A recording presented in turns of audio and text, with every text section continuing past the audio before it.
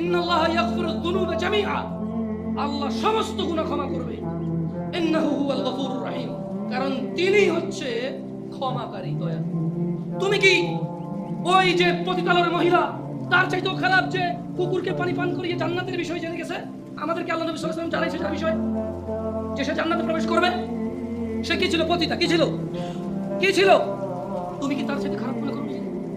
যে আল্লাহ পতিতা কুকুরকে পানি খাওয়াইলে সন্তুষ্ট হয়ে জান্নাত দেয়, যে আল্লাহ 99 জন লোককে হত্যা করার পর যে বলছে ক্ষমা নাই, তাকে হত্যা করছে, এরপরেও মনের ভিতরে কেমন জ্বালা যন্ত্রণা যে আমি কোথায় গেলে মাপ পাবো, কেমনে আমি মাপ পাবো, এই যে মনের ওর এই যে দ্বিধা দ্বন্দ্ব, যে আছে তো একজন বিচার করে ফেলবে, মাপ না পেলে কি হবে, কে করবে মাপ?